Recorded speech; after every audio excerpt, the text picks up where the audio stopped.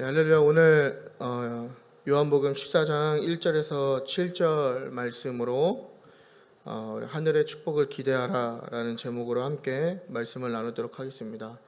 우리 방금 전에 교제 시간 나눴지만 우리 한 번 더 좌우 앞뒤에 계신 분들에게 축복합니다라고 우리 함께 축복했으면 좋겠습니다. 축복합니다.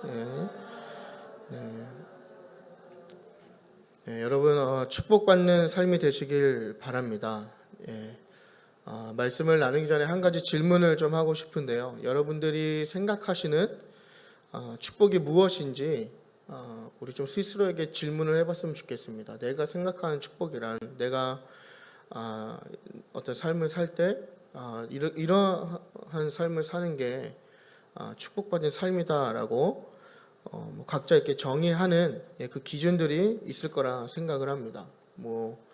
대표적으로는 건강도 하나의 축복이 될 수 있겠고, 또 물질도 또 어떤 우리의 사회적인 권위나 지위도 또 그런 축복이 될 수 있고, 또 자녀가 잘 되는 것도 우리가 축복이라고 이야기할 수 있을 것입니다. 맞는 얘기입니다. 예수 믿는 분들이 좀 이러한 부분에 대해서 꼭 많은 축복을 받으셨으면 좋겠습니다. 여러분들이 소원하시는 것들, 또 원하고 바라는 것들이 정말 충만하게 채워지는 그 축복이 있길 바랍니다. 그래서 좀 물질도 많이 소유하셨으면 좋겠고요. 그리고 웬만하면 이렇게 물질 많이 가지라 그러면 되게 좋아하시는데 되게 거룩하시네요. 그래서 그럼 가난하게 사십시오. 할렐루야. 또 여러분들의 자녀가 되게 잘 됐으면 좋겠습니다. 되게 축복받고, 또 여러분들의 어떤 사회적인 지위나 여러분들이 어떤 맡은 역할에 있어서도 좀 인정받고 되게 높은 자리에 올라가시길 축복합니다. 그래서 그렇게 누리는 것들, 그렇게 받은 축복들이 단지 여러분들의 어떤 먹고 마시는 문제와 또 여러분들이 소유하는 것에 만족하는 것이 아니라 우리가 세상을 바꿀 수 있는 선한 영향력으로, 또 복음적인 에너지로 바꿀 수 있는 우리 그리스도인들의 삶이 되길 바랍니다. 그래서 여러분들이 돈을 버는 이유도, 또 여러분들이 어떤 사회적인 지위에 자꾸 뭔가 이렇게 얻으려 하는 것도, 우리가 방금 전에도 광고를 통해서 다음 세대 아이들을 위해서 우리가 갈렙하우스 사역을 하고 있지 않습니까? 우리 아이들을 또 떠나보내며 공부를 시키는 것도 단순히 잘 먹고 잘 사는 나의 배를 채우기 위한 그런 어떤 1차원적인 문제가 아니라, 바로 그러한 과정들을 통해서 또 그러한 축복을 받음으로써 나아가서 이 세상을 바꿀 수 있는 선한 영향력. 그러니까 단순히 우리가 하나님의 이름을 부르고 하나님만 믿는다고 해서 이 세상이 바뀌는 것은 아니지 않습니까? 이 세상을 바꾸기 위해선 세상을 바꿀 수 있는 힘이 필요하다라는 것이죠. 그게 뭐냐? 바로 하나님 주시는 축복이라는 겁니다. 그러나 앞에서 언급한 이 축복은요, 반쪽짜리 복에 불과합니다. 왜냐하면 바로 땅의 축복이기 때문입니다. 앞에서 언급한 모든 내용들이 따지고 보면 사실 우리가 땅에서만 누리는, 이곳에서만 누리는 축복이지 않습니까?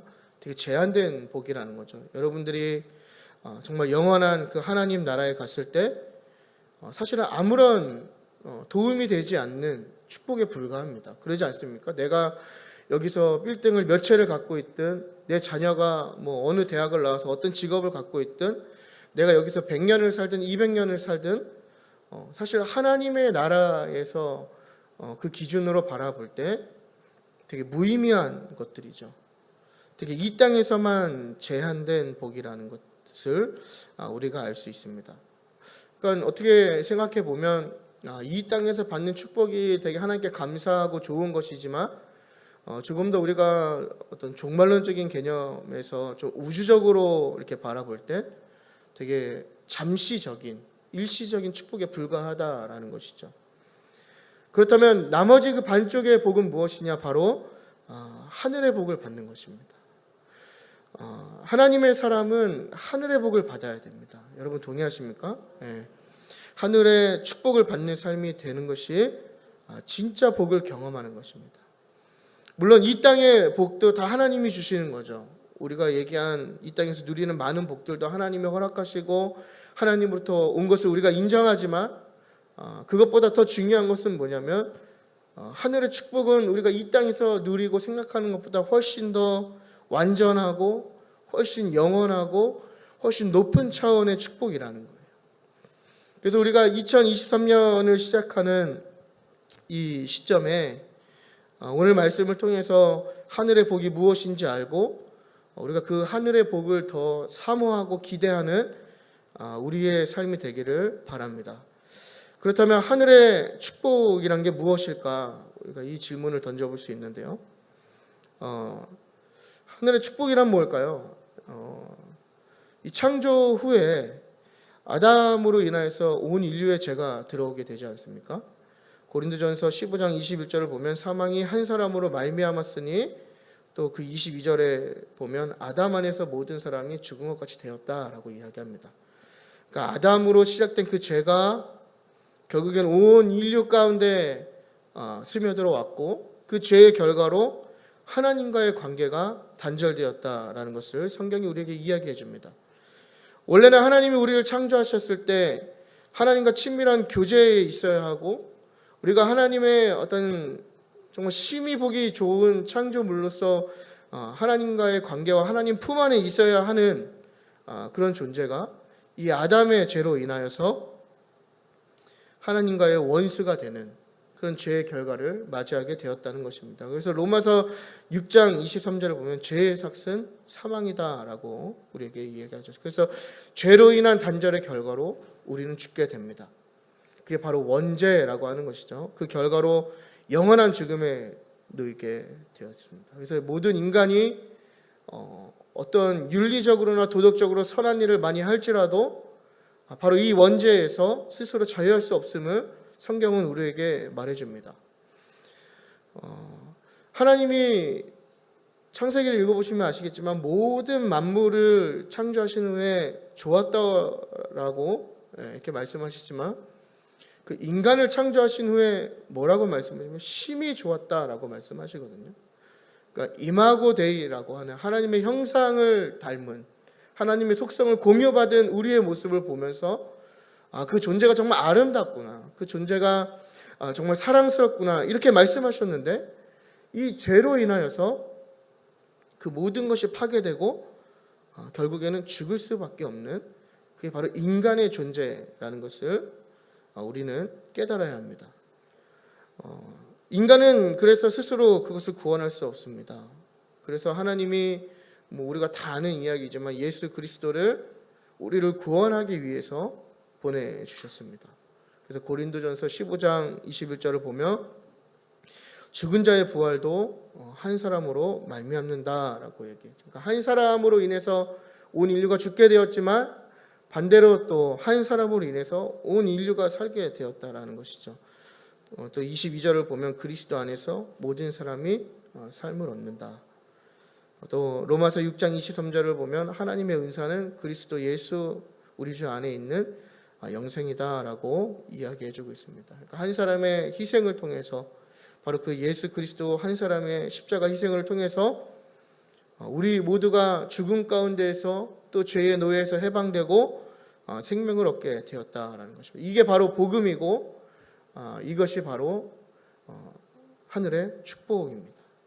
그러니까 하늘의 축복을 받는다는 게 뭘까? 우리가 이렇게 이야기할 때 그걸 이렇게 길게 이야기하지 않고 짧게 얘기하면 결국 하늘의 축복이라는 것은 하나님 안에 살 수 있는 길이 생겼다는 것이죠.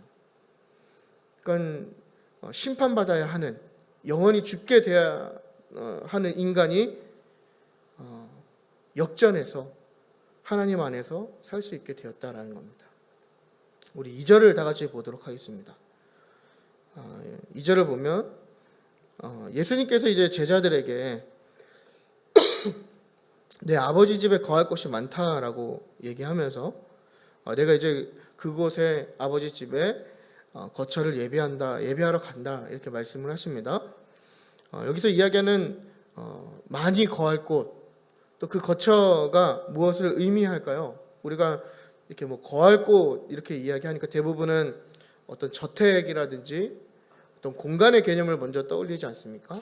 그래서 마치 하나님의 나라에 가면 그래서 우리 뭐 상급론자들이 그런 얘기를 하잖아요. 이 땅에서 많이 하나님께 드리고 하나님께 헌신하고 뭐 또 되게 높은 직분이라고 좀 뭐하지만 좀 중직에 이렇게 다다르면 뭐 하나님 나라 가면 뭐 대저택이 준비되어 있고 또 뭐 그냥 여기서 그냥 그저 그런 그리스도인으로 살다가 하나님 나라에 가면 처가집에서 산다 뭐 이런 얘기 많이 하는데요. 사실 하나님의 나라가 그런 나라라면 우리가 꿈꿀 필요가 없겠죠. 뭔가 차등이 주어지고 뭔가 이렇게 차별이 있다면 우리가 그 나라를 사모할 이유가 없을 것입니다. 하나님 나라는 그런 곳이 아니죠. 그러니까 이런 공간의 개념을 통상적으로 우리가 많이 해석하지만 사실은 조금 더 이 본문의 맥락과 또 다른 해석을 제안하면 어떤 상태에 이르는 거처를 우리가 이야기할 수 있을 것입니다. 그러니까 다르게 얘기하면 하나님과의 교통하는 것을 이야기하는 거죠. 그러니까 아버지 집에 많은 집이 있다, 또 너희가 머무를 거처가 있다, 이 얘기는 어떤 룸이나 이런 개념이 아니라 너희가 하나님과 교통할 수 있다, 너희가 하나님 안에 살 수 있다, 이런 개념을 갖고 이야기하는 거죠. 그러니까 우리가 단절되지 않았습니까? 죄로 인해서 단절되었지만 이 하늘의 축복을 받은 사람들은 그 단절됨이 아니라 바로 하나님과 상호작용할 수 있는, 하나님 안에 살 수 있는 축복을 받게 된다는 겁니다. 이제 이게 두 가지의 해석이거든요. 사실 어떤 학자들에 따라서 이 거처를 룸의 개념으로 또 맨션 어떤 이런 개념으로 막 해석하기도 하고 저처럼 또 어떤 관계에 집중하는 해석이 있긴 하지만 중요한 것은 뭐냐면 예수를 통하여서 신자들에게 아버지 하나님 안에서 살 길을 마련해 주셨다라는 겁니다. 그러니까 심판을 받는 게 아니라 살 수 있는 길을 주셨다. 그러니까 우리가 기억해야 하는 하늘의 복은 무엇이냐? 우리가 하나님 안에 살 수 있게 되었다는 것입니다. 예수님의 죽음과 부활을 통해서 그 길을 열어놓으셨다는 거예요. 그러니까 죽음을 앞두고 심판을 앞둔 그런 존재에게 이런 축복이 없겠죠. 사형수에게 그 생명이 끊어지는 게 아니라 다시 그 생명을 구제받는 것만큼 가장 큰 선물이 없는 것처럼 우리는 사형수이지 않습니까?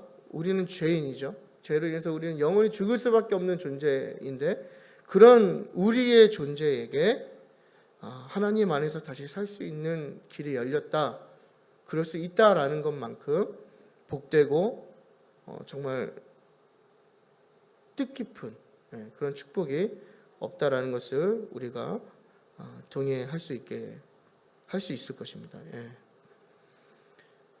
그래서 사망에 있던 죄인이 신분이 바뀌어서 자녀가 되죠.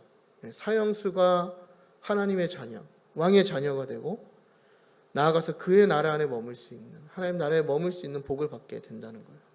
그러니까 하나님과 동행할 수 있는 복을 얻게 되는 거죠. 하나님과 더 이상 단절되고 하나님과 원수지간이 아니라 하나님과 동행하는 거, 함께 걸어가는 거, 하나님이 함께 하시는 복을 누리게 된다는 겁니다.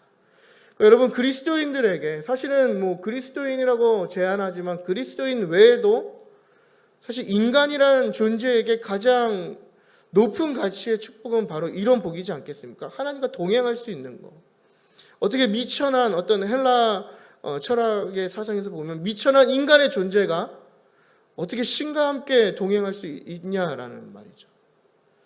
하지만 하나님께서는 바로 이 예수 그리스도를 통해서 우리가 동행하길 원하신다라는 거예요. 이 예수 그리스도의 희생을 통해서 바로 우리에게 그 길을 열어놓으셨다는 겁니다. 그래서 거할 곳이 많은 아버지의 집은 우리가 그리스도와 연합하여 살 때 우리에게 부어지는 영적인 공급을 나타내고 있습니다. 그래서 마태복음 6장 33절을 보면 우리가 다 아는 말씀이죠. 먼저 그의 나라와 그의 의를 구할 때 이 모든 것을 너에게 더하신다고 말씀하신 그 하나님의 예수님의 말씀이 바로 오늘 말씀과 이렇게 그 축복과 연결되는 거죠. 그래서 하나님의 사람은 땅의 복을 먼저 구하고 그것만 추구하지 않습니다. 여전히 우리가 하나님을 믿는다고 이야기하지만 이러한 복을 추구하고 이러한 복을 받기 위해서 산다는 것만큼, 특히 그게 그리스도인이라면 그것만큼 불쌍하고 안타까운 존재는 없을 것입니다. 이 하늘의 복은 땅의 복을 원하는 사람은 경험할 수 없는 바로 놀라운 비밀 가운데 있기 때문입니다. 그래서 우리는 땅의 축복만을 원하지 않고 하늘의 복을 기대하고 바라야 하는 것입니다. 하나님과 더욱 가까워지는 삶을 기대하고 그것들을 우리가 구해야 하는 것이죠. 여러분, 하나님께서는 분명하게 우선순위를 정해 놓으셨죠. 땅의 복을 구하여서 하늘의 복을 경험할 수 있는 게 아니라 오히려 하늘의 복을 기대하고 하늘의 복을 받았더니 그 복이 흘러 땅의 복도 누리게 되었다라는 거죠. 그러니까 여러분, 축복 받고 싶으시죠? 예, 뭐 많이 힘드네요, 설교. 저도 힘듭니다. 예, 뭐 제가 어쨌건 우리 검도 행복한 교회 그래도 이제 사역한 지가 그래도 좀 긴 시간이 지나지 않습니까? 그래서 제 설교를 아시는 분들 아시겠지만 저는 약간 좀 선지자 마인드가 있어서 원래 새해에 좀 우리 정신 똑바로 차리자, 뭐 그런 메시지를 전해야 이게 제 옷인데, 사실 저도 불편해요. 제가 가만히 이렇게 말씀을 준비하면서 내가 축복의 말씀을 전한 적이 있는가 이렇게 한번 고민해 봤거든요. 처음인 것 같아요. 저도 많이 낯설고, 그래서 제가 이제 기대한 그림은 그래도 축복해 드리고 복 많이 받으시라고 하면 그래도 좋아하실 줄 알았거든요. 역시 우리는 다 영이 깨끗하기 때문에 이런 선지자의 말씀을 듣고, 사실 원래 예레미야 말씀을 준비했거든요. 우리가 예레미야 말씀을 들으면서 우리의 신앙을 다시 점검하고 이렇게 살면 안 되겠다 이렇게 얘기하려고 했는데 아무튼 너무 힘듭니다, 여러분. 아무튼 하늘의 복을 기대하고 누리는 사람에게 하나님께서 땅의 복도 주신다는 것을 우리가 이 성경을 통해서, 제 얘기가 아닙니다, 성경을 통해서 보여주고 계시는 거죠. 그래서 아까 서두에 말씀드린 대로 땅의 축복이라는 것은 어떤 반쪽짜리 축복과 같은 것입니다. 그래서 이 땅의 축복만을 추구하는 사람은 온전한 축복을 누리지 못하는 것이고, 나아가서 우리가 이 하늘의 복까지 경험할 때 우리의 삶에 허락하시는 하나님의 완전한 축복을 경험하게 된다는 것을 우리가 기억하고, 나아가서 그 하늘의 복을 더욱더 추구하는 우리의 2023년이 되기를 축복합니다. 그렇다면 하늘의 복이라는 것은 하나님 안에 우리가 살 길이 생겼다, 이게 바로 하나님의 복, 하늘의 복이라고 우리가 정의했는데, 그것이 우리와 무슨 상관이 있는지를 알아보고 오늘 말씀을 마치기 원합니다. 그러니까 하늘의 복이란 게 있는데 그게 도대체 나랑 무슨 상관일까? 왜 나와 상관이 있을까? 나아가서 죄인인 우리가 그 복이 어울린단 말인가? 이렇게 질문할 수 있을 때 첫 번째는 뭐냐면요, 예수님이 그 길을 예비하셨다는 겁니다. 예수님께서 우리를 위해서 그 길을 예비하셨기 때문에 우리가 하늘의 복을 받을 수 있게 되었다는 거예요. 예수님 때문에 받는 겁니다. 여러분, 이걸 꼭 기억하셔야 돼요. 예수님 때문에 하늘의 복을 기대할 수 있는 것이고, 예수님 때문에 하늘의 복을 경험할 수 있는 것입니다.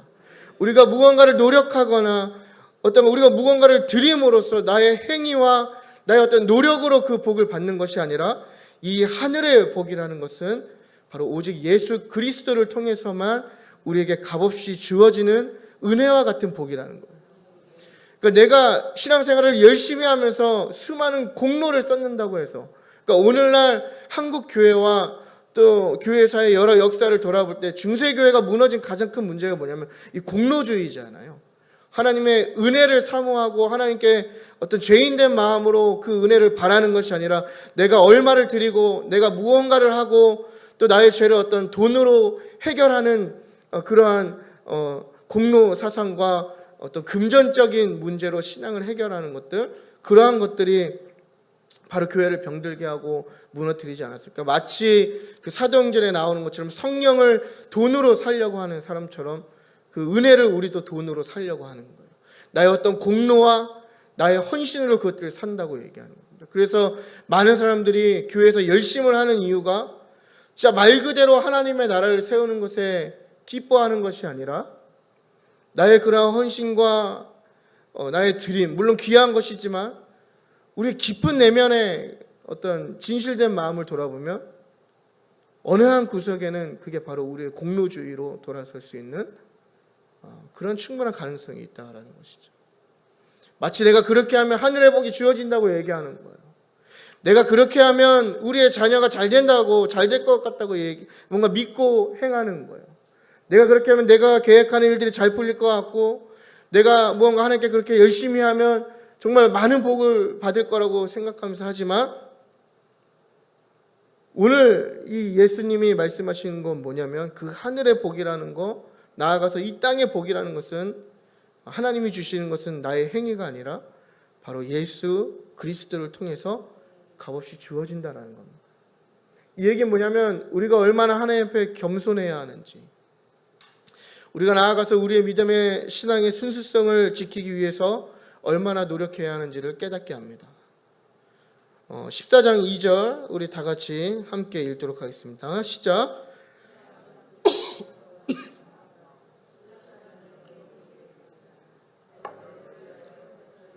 우리 3절까지 읽겠습니다. 가서 너희를 위하여 거처를 예비하며 나 있는 곳에도 너희도 있게 하리라. 아멘. 이게 오늘 14장의 이 앞에 단락이죠. 단락이라고 하는 1절부터의 내용은 사실 13장 그 마지막이죠. 31절부터 이어지는 스토리입니다. 한 단락이 거기까지거든요. 사실 보면 예수님의 제자들에게 이제 예수님께서 대화하는 장면인데, 사람들이 올 수 없는 곳에 가신다고 말씀하시죠. 이에 베드로가 먼저 질문하는 건데 그곳이 어디냐라고 지금 질문을 하고 있는 거예요. 근데 예수님께서 뭐라고 말씀하시냐면 지금은 너희가 따라올 수 없지만 나중에는 오게 될 거다. 그러면서 그 가시는 곳과 가시는 이유에 대해서 말씀하시는데 그 이유가 뭐냐면 너희의 거처를 예배하기 위함이라고 말씀하시는 거예요. 이게 얼마나 우리에게 큰 은혜입니까? 예수님이 거처를 마련하시는 게 예수님의 집을 마련함이 아니라, 예수님이 거할 곳을 마련하는 것이 아니라 바로 우리를 위하여서 그 거처를 예배한다라는 겁니다. 다르게 말하면 죄인인 너희가 하나님 안에 살 길을 내가 지금 예배하러 간다라고 제자들에게, 그리고 오늘날 저와 여러분에게 예수님이 말씀하고 계신 겁니다. 2절을 보면요, 내가 가노니 이렇게 되어 있지 않습니까? 이 표현은 내가 스스로 간다는 뜻입니다. 주님이 스스로 그 거처를 예배하기 위해서 가신다는 거예요. 여러분, 거처를 예배한다는 게 무슨 의미입니까? 바로 십자가에 죽으러 가시는 것이죠. 뭔가 좋은 것을 쌓으러 예수님이 가시는 게 아니라 십자가에 달리러 가시는 겁니다. 바로 이 땅에 오신 이유이죠. 십자가에 죽기 위해서 가신다. 주님은 그 때가 다가오면 알고 계십니다. 그래서 요한복음의 전체적인 스토리를 보면 점점 예수님의 사역의 절정에 지금 이르고 있는 상황인데, 제자들은 몰랐지만 예수님은 아직 일어나지 않는 일임에도 불구하고 너무나 확실하기 때문에 이런 표현을 사용해서 지금 말씀하고 계신 것이죠. 나는 확실히 십자가를 지러 갈 거야. 지금 이런 말씀을 하시는 거예요. 누구를 위해서? 너희를 위해서. 너희를 위하여라는 말이 굉장히 중요한데 바로 그 이유인 거죠. 예수님을 통해서 마련된 거처가 바로 우리의 것이라는 겁니다. 예수님이 마련하셨는데 그게 우리를 위한 것이라는 거예요. 놀라운 은혜이지 않습니까? 예수님이 십자가 희생을 통해서 그 거처를 마련하셨는데 그게 죄인인 우리를 위함이라는 거예요. 우리를 위해서 예수님께서 죽으셨다는 것을 보여주시는 거죠. 자신의 죽음이 제자들뿐만 아니라 창세전에 택하신 모든 사람을 구원하기 위해서 반드시 지불해야 하는 대가라는 것을 이 요한복음 말씀을 통해서 우리가 알 수 있게 되는 겁니다. 예수님은 죽음에서 끝나지 않으셨죠. 다시 부활하셨고 승천하셔서 아버지 나라에 먼저 가셨고 3절을 보면 다시 오실 것을 말씀하십니다. 그러니까 거처를 마련한다라는 모든 과정이 결국에는 예수님의 죽음과 그리고 그 십자가의 영광, 그렇죠? 그리고 그 재림까지의 모든 과정을 이야기한다라고 우리가 이해할 수 있는데, 영원히 거할 처소를 예비하는 것은 누구도 하지 못한다는 것을 우리가 기억해야 합니다. 오직 십자가 대속의 구속의 사역을 담당하신 예수 그리스도만을 통해서 가능하다라는 거예요. 그렇기 때문에 예수님만이 그것을 예비할 수 있고, 그것만을 그렇기 때문에 예수님을 통해서만 우리가 하늘의 복을 받을 수 있다라는 거예요. 여러분이 하는 많은 행위들이, 신앙의 행위들이, 믿음의 고백들이 십자가의 대속을 감당하지 못하지 않습니까? 우린 자격도 없을 뿐더러 우린 그것들을 감당할 수 없죠. 오직 예수님만이 가능한 일이라는 겁니다. 예수님이 피값으로 그걸 사신 거죠. 죽으심으로, 희생하심으로 예비하신 거예요. 그래서 우리가 할 것은 뭐냐면 그 예수님을 믿고 영접하면 우리도 그 예비된 거처에 또 그 하나님 안에 살 길을 받게 된다라는 거. 그래서 예수님을 믿는 우리가 바로 그 하늘의 축복을 기대할 수 있는 어떤 조건이 된다라는 것을 우리가 깨닫게 됩니다. 여러분, 그 놀라운 축복이 이미 저와 여러분에게 허락됨을 우리가 믿습니다. 여러분들이 예수님을 믿음과 동시에 우리에게 예비되어 있고 우리가 그것을 잊지 않았으면 좋겠습니다. 그래서 우리가 믿음으로써 그 놀라운 축복을 경험할 수 있는 복된 삶이 되기를 바랍니다.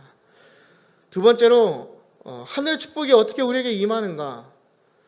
바로 예수님께서 유일한 그 길이기 때문에 예수님을 통해서 하나님 안에 살 길인 하늘의 축복이 우리에게 임한다는 것입니다. 14장 6절을 보면요, 너무나 유명한 말씀이죠. 예수께서 이르시되 내가 곧 길이요 진리요 생명이니 나로 말미암지 않고는 아버지께로 올 자가 없느니라. 아멘. 예비하신 그 축복으로 들어가는 유일한 방법은 바로 예수 그리스도로 제가 설명하지 않았습니까? 5절을 보면 도마가 예수님께 그 길, 그 예비하신 처소로 가는 방법을 묻는데요. 그 질문에 예수님이 지금 뭐라고 답하시냐면 내가 그 길이고 내가 진리고 내가 생명이라고 말씀하고 계신다는 거예요. 예수님이 그 길을 제시하시고 어떤 그 진리를 제시하시고 어떤 그 생명을 제시하신 게 아니라 예수님 스스로가 그 길이라고 말씀하고 계시다는 게 굉장히 중요하게 우리가 주목해야 할 표현입니다. 다른 사람이 예수님을 그렇게 평가한 게 아닙니다. 예수님 스스로가 자기 선언을 하고 있는 점에서 이 14장 6절의 말씀이 굉장한 의미를 갖고 있다는 것이죠. 하나님의 이르는 길에 대한 도마의 질문에 예수님 스스로가 길이다, 내가 길이다 라고 얘기하는 거예요. 어디로 가, 어떻게 해야 돼 제시하는 게 아니라 바로 예수님 그 자체가 길이라고 지금 선언하고 있는 겁니다. 그러니까 이 14장 6절 이 본절에서 우리가 보면 길과 진리와 생명이 이렇게 연달아 나오기 때문에 균형 잡힌 모습으로 제시되고 있지만, 사실 이 예수님의 그 포인트는 뭐냐면 바로 이 길에 초점이 있는 거죠. 그래서 우리가 좀 이렇게 헬러를 좀 볼 필요가 있는데요. 이 길, 진리, 생명 이 세 단어 앞에 정관사가 붙어 있습니다. 자세한 설명을 하시면 어차피 말하는 저도 모르고 듣는 여러분도 모르기 때문에 정관사가 붙어 있다. 이 말은 세상의 여러 길이나 여러 진리나 여러 생명 가운데 하나가 아니라 주님만이 유일무이한 길이고 진리이고 생명이라는 것을 지금 이 요한복음이 우리에게 얘기하고 있는 거예요. 그러니까 하늘의 복을 받는 하늘의 축복이 우리에게 임하는 그 길이 여러 길이 있는 게 아니라 바로 이 정관사를 통해서 예수님만이 그 길이다, 오직 예수님만이 길이다라는 것을 우리에게 이야기하고 있죠. 나아가서 자신에 대한 선언을 하실 때 이게 헬라어로 또 에이미라고 이렇게 기록되어 있거든요. 이게 뭐냐면 모모이오 이렇게 이런 뜻입니다. 그래서 기리요 할 때 이요가 에이미입니다. 에이미. 이 동사는 불변하는 진리를 나타낼 때 사용하는데요.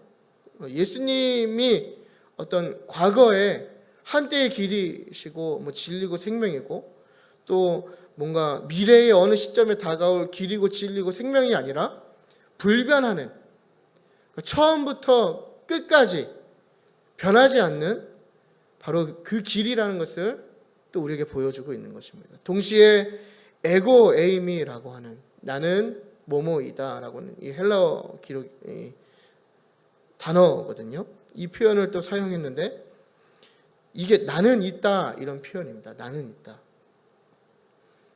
어제 많이 익숙하지 않습니까? 출애굽기에서 모세가 하나님을 만났을 때 당신이 누구입니까? 할 때 나는 스스로 있는 자라고 할 때 그 나는 스스로 있는 자 이 히브리어를 헬라어로 번역하면 바로 에고 에이미 이렇게 기록합니다. 이 얘기는 뭐냐면 예수님 스스로가 스스로를 참 하나님이시다라고 지금 동시에 선언하고 있는 것이죠. 그러니까 길이시고 불변하는 길이시고 유일한 길이시고 또 참 하나님이시다라는 것을 선언함으로써 우리 인간에 대한 구원 또 인간에 대한 축복이 오직 예수님과 연관되어 있다라는 것을 우리에게 지금 분명하게 이야기하고 있다라는 사실을 우리가 기억해야 합니다. 예수님이 자신이 그 유일한 길이라는 것을 스스로가 지금 사람들에게 선언하고 있는 거예요. 제자들뿐만 아니라 오늘 이 말씀을 듣는 우리 모두에게도 예수님이 선언하고 있는 겁니다. 그러므로 우리는 예수님을 통하지 않고 그 예비된 하늘의 처소, 하늘의 축복을 경험할 수 없는 것이죠. 길이 막혀버리기 때문입니다. 여러분, 세상은 여러 갈래의 길이 있다라고 이야기합니다. 그리고 교회가 이야기하는 오직 주님이라는 이 고백을 되게 배타적이라고 말하기도 합니다. 또 선행이나 자기를 성찰하는 것도 하나의 길이라고 이야기하고요. 또 구원이 모든 종교에게 있다고 이야기도 합니다. 그래서 부처도 알라도 또 어떤 사람은 스스로가 길이라고 이야기도 합니다. 그래서 오늘날 우리가 많이 접할 수 있는 게 종교다원주의가 생겨나고 특히 우리나라는 샤머니즘과 우상숭배가 많이 나타나게 되죠. 그래서 한 해의 모든 삶을 벌써 우상하게 맡기지 않습니까? 그래서 무슨 해, 올해는 토끼해라고 그러더라고요. 그래서 막 그거에 대한 점을 치고 또 토끼이기 때문에 토끼들을 운세를 보고 굉장히 불쌍한 거죠. 그러니까 유일한 길이신 예수 그리스도를 깨닫지 못하고 그분을 바라보지 못하고 자꾸 다른 길로 가는 거예요. 다른 길이 있다고 생각하는 거죠. 그 길의 끝은 사망이고 그 길의 끝은 멸망임에도 불구하고 생명 되신 예수님 그 길을 깨닫지 못하고 헤매고 있는 많은 사람들을 발견하게 된다는 겁니다. 그러니까 이게 더 심각한 문제는 안 믿는 사람만의 문제가 아니라 교회 안에서 성도라고 하는 우리가 흔히 얘기하는 그리스도인이라고 고백하는 사람들마저도 예수님이 진리인 걸 깨닫지 못하고 살아갈 때가 너무나 많이 있다는 거예요. 마치 이 예수님을 믿는 게 여러 옵션 중에 하나처럼 생각하고 신앙생활을 하는 사람들이 있다는 것이죠. 그러나 이 성경이 이야기하는 것은 뭐냐면 오직 주님만이 유일한 길이시고 참 하나님이시다. 그 다른 무엇도 하나님 안에 사는 그 길인 그 처소로 우리를 인도할 수 없다. 이렇게 지금 이야기하고 있는 겁니다. 우리 14장 6절을 다시 한번 보도록 하겠습니다. 6절 하반절을 보면 나로 말미암지 않고는 아버지께로 올 자가 없다. 그러니까 예수님이 아니면 불가능하다. 오직 예수님을 통해서만 하나님에게로 나갈 수 있다. 그러니까 여러분 이게 결국엔 뭐냐면 오직 예수님을 통해서만 하나님을 알 수 있는 거예요. 그러니까 우리가 신앙생활 할 때 그런 고민을 하시는지 모르겠어요. 하나님이란 존재를 우리가 더 믿고 우리의 신앙이 더 깊어지기 위해서 우리가 어떻게 해야 할까?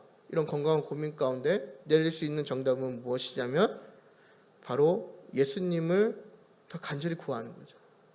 왜냐하면 예수님만이 그 유일한 길이기 때문입니다. 여러분 말씀을 맺겠습니다. 서두에 던진 질문을 한번 다시 꺼내보고 싶어요. 여러분 그리스도인들에게 축복이 무엇입니까?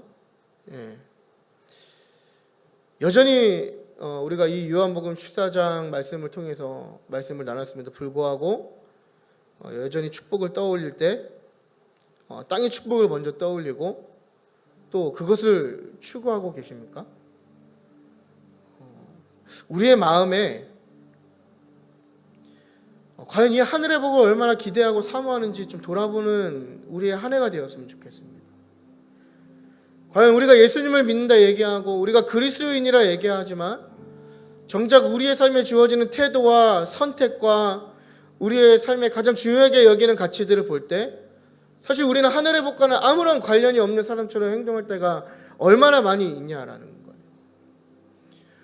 하나님을 향한 믿음을 고백하고 하나님의 자녀라 얘기하고 그리스도인이라고 나의 정체성을 얘기하지만 정작 나의 걸음과 나의 행동과 나의 모든 삶의 태도를 볼 때 하나님과는 전혀 관련이 없는 거예요. 여러분 하나님 살아계십니까? 우리 다 아멘이라고 얘기하지만 진짜 하나님 살아계심을 믿으세요? 근데 우리의 삶을 보면요, 우리의 고백과 너무나 다른 어떤 삶의 태도와 선택들을 마주하게 된다는 거예요. 여전히 아니라고 얘기하고 여전히 땅의 축복은 반쪽짜리라 얘기하고 하늘의 복이 우리에게 진정한 복이라 얘기하지만 고백하고 또 다양한 어떤 우리의 신앙의 표현으로 하나님을 향해서 얘기하지만 정작 우리의 삶과 어떤 우리의 걸음걸음을 살펴보면 전혀 하나님과 무관한 그 복이 없어도 살 수 있는 것처럼 살 때가 많이 있다라는 것이죠. 이 얼마나 불쌍한 인생인지 모르겠어요, 여러분. 특히나 우리 일부의 대부분은 또 우리 검단 행복한 교회에 많은 헌신을 하고 계시는 헌신자분들이 계시죠. 우리가 이렇게 열심을 갖고 하나님 믿는데 정작 내 안에 하나님이 계시지 않는다면 그것만큼 불쌍한 게 어디 있냐라는 거예요. 내 스스로가 나를 속이고 있는 건 아닙니까? 내가 그리스도인이라고 고백하고 내가 뭐 집사라 얘기하고 또 내가 어떤 직분이라 얘기하고 뭐 제가 전도사라고 얘기하지만 정작 제 안에 하나님이 없을 때가 얼마나 많이 있냐라는 거예요. 나의 모든 말과 행동과 선택들이 전혀 하나님을 인지하지 않는, 이 땅에서만 많이 누리면 돼, 이 땅에서만 풍족하면 돼, 이 땅에서 잘 먹고 잘 살면 되는 거 아닌가? 하늘의 복이 뭘까? 사실 제가 축복의 설교를 하는 게, 물론 제가 설교를 못하는 것도 있지만 제가 꺼려하는 게 뭐냐면 우린 너무나 이 복 받는 걸 좋아하는 것 같아요. 그래서 잘 될 거라 얘기하고, 물론 여러분들은 신실하시기 때문에 제가 축복한다 그래도 아무런 반응을 보이지 않으셨지만 대부분의 사람들은 축복한다 얘기하고 잘 될 거라 얘기하고 여러분들의 어떤 직장이나 사업장이 뭐 무조건 그냥 잘 된다 그러면 더 좋아하고 뭐 자녀들 잘 된다 그러면 그냥 행복해하고, 어느 순간 우리는 이 땅의 복이 이 교회에서 외쳐지는 진짜 복을 가리고 그 세속화된 복이 우리를 지배하고 있다라는 생각이 많이 든다는 거죠. 여러분 예수님을 믿어도 실패할 수 있는 거잖아요. 예수님을 믿어도 잘 안 될 수 있는 거잖아요. 내가 예수님을 믿어도 내 사업장이 어려울 수 있고, 내가 예수님을 믿어도 내 삶이 어떤 보여지는 경제적이나 여러 가지 관계 속에서 어려움에 처할 수 있는 거 아닙니까? 그러니까 우리는 이 세상의 복에 너무나 집중한 나머지 하늘의 복을 기대하지 않으니까 그런 상황이 올 때 하나님을 원망하고 하나님을 떠나려 하고 그런 것들만 하나님께 구하는 우리의 신앙생활이 되어가고 있다는 것이죠. 그러니까 이게 얼마나 우리를 병들게 하고 위험하게 하냐라는 거예요. 그래서 여러분 우리는 2023년도 이제 시작하는 이 시점에 먼저 하늘의 복을 사모하는 우리의 삶이 되었으면 좋겠습니다. 하늘의 삶을 기대하는 우리의 삶이 되었으면 좋겠어요. 그 하늘의 복이 무엇이죠? 하나님과 동행하는 것.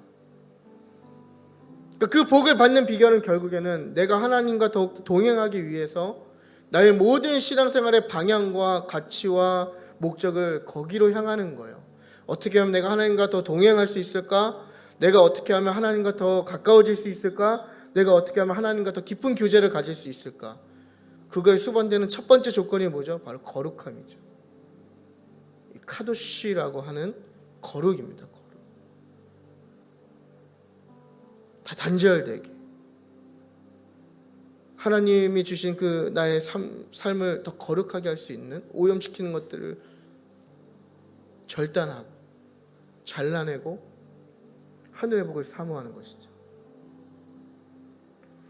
여러분, 죄로 인해서 사형수인 우리가 하나님 안에 살 수 있는 길이 생겼다는 것만큼 우리에게 복음은 없을 것입니다. 그것만큼 기쁜 소식은 없는 거예요. 그것만큼 축복은 없는 것이죠. 단절된 하나님과의 관계, 이 원수의 관계가 다시 회복되어서 하나님 안에 살 수 있다는 것, 그것만큼 그리스도인에게 큰 축복은 없을 것입니다. 그리고 그렇게 될 수 있는 것은 예수 그리스도의 십자가 구속 사역으로 인한 예수님의 예비하심과 또 유일한 길이 되신 예수 그리스도만을 통해서 가능하게 된다는 이 사실을 우리가 꼭 붙들고 올 한 해 승리하시는 저와 여러분이 되셨으면 좋겠습니다. 여러분, 2023년도 어떤 복을 구하시겠습니까? 축복 받으십시오. 예, 잘 되셔야 됩니다. 잘 되셨습니다. 우리가 이전까지 무의미하고 뭔가 일시적인 반쪽짜리의 복을 추구했다면 그보다 훨씬 가치 있고 의미 있는 진정한 복이죠. 하늘의 복. 그 하늘의 복을 기대하고 또 나아가서 그 은혜를 깊이 경험하는 올 한 해, 그리고 저와 여러분의 삶이 되기를 기도하겠습니다.